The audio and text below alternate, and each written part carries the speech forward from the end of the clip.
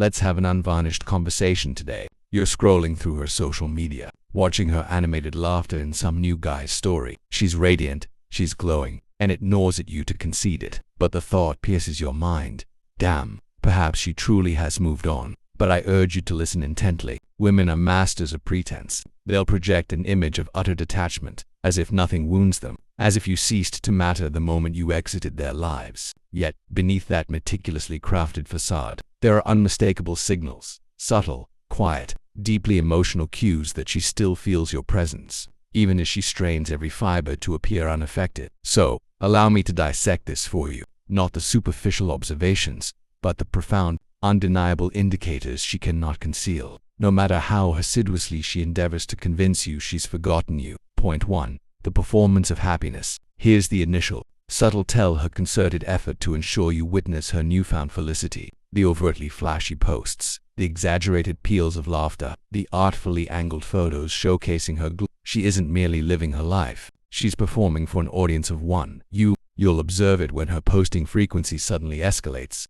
particularly in the aftermath of your silence, or when she tags individuals she rarely associated with before, or even conspicuously displays a new acquaintance. This isn't confidence, brother. This is insecurity masquerading as liberation. She isn't seeking genuine healing. She's striving desperately to validate something to you. And trust me, when a woman has truly moved on, your observation ceases to be a factor. Her staged joy isn't a testament to her freedom. It's a monument to your lingering impact. Point 2. The indirect lingering echoes. Women are remarkably adept at this. They won't utter your name directly, but they'll strategically allude to someone from their past in front of mutual acquaintances. They'll vehemently declare their complete disinterest to your friends, yet the mere act of her still articulating it, that's the tell. Even a barbed, sarcastic remark like, I'm never dating another guy like that again. This isn't detachment. It's raw, unaddressed pain. She remains entangled, because one does not expend energy ranting about someone who no longer holds any significance. That anger, that sarcasm is not indifference. It's an emotional tether. It signifies you still occupy her thoughts, even if she's trying to forcibly expel you with a veneer of false confidence. Point 3. The silent observer. This one often stings, doesn't it? She won't text, won't engage with your posts, but she's consistently among the first to view your stories. Every single time, she's maintaining surveillance. She's consumed by curiosity, yet she remains stubbornly defiant. She refuses to reopen the door, yet she finds herself incapable of fully closing it. This isn't random, it's deliberate. She craves knowledge of your activities, your companions, your trajectory, because deep down, she harbors a faint hope that you, too, are experiencing a measure of pain. But here's the twist.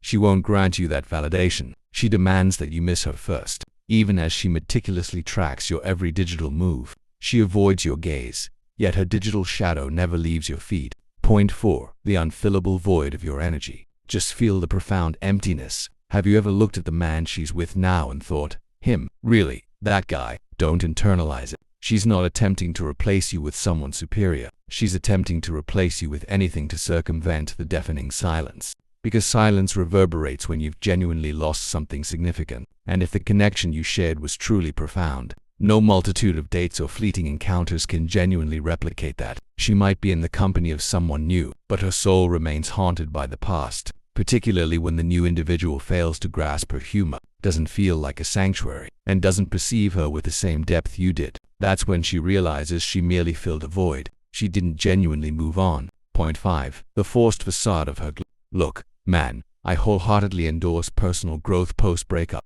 However, there's a distinct chasm between genuine evolution and sheer desperation. If she's suddenly engaging in excessive transformations, a radically different style, a wholly new social circle, a relentless exhibition of how unbothered she is, it's rarely about healing, it's about escape. True healing is a quiet, internal process. It requires no external validation.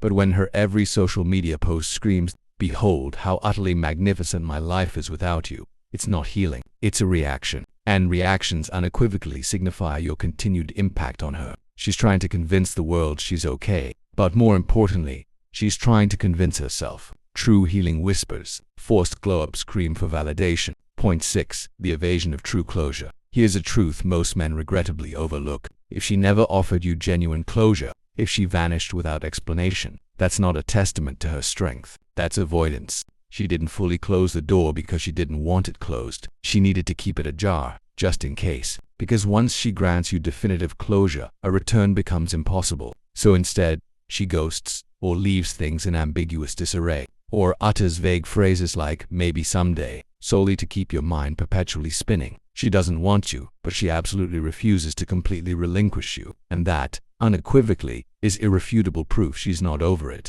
Point 7. The mirroring of your distance.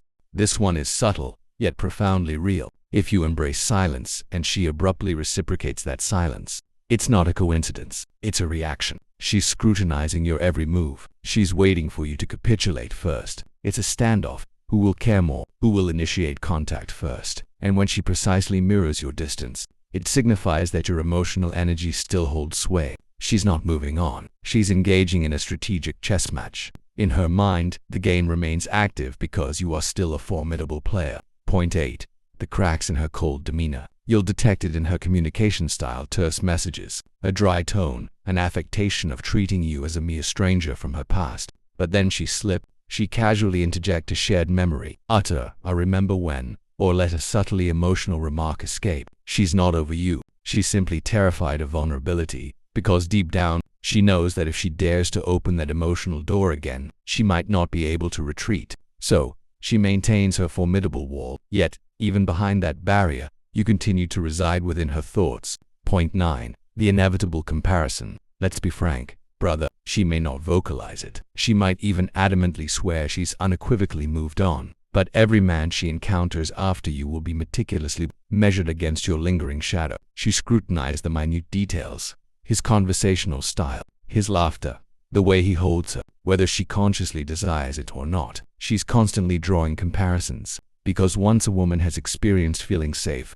truly seen, and deeply connected, she doesn't simply erase that memory. Even if she left you, even if she's with someone new, even if she chose someone else, she will instinctively notice what he lacks. She will perceive what's conspicuously absent, and perhaps he ticks some boxes, but deep down, she remains haunted by the one fundamental truth: he's not you. And you don't need to be actively present in her life for that truth to persist. You simply had to leave an indelible mark. And if you were genuine, if you were steadfast, that mark refuses to fade. Every man after you becomes a ghost of the connection she lost. Point 10.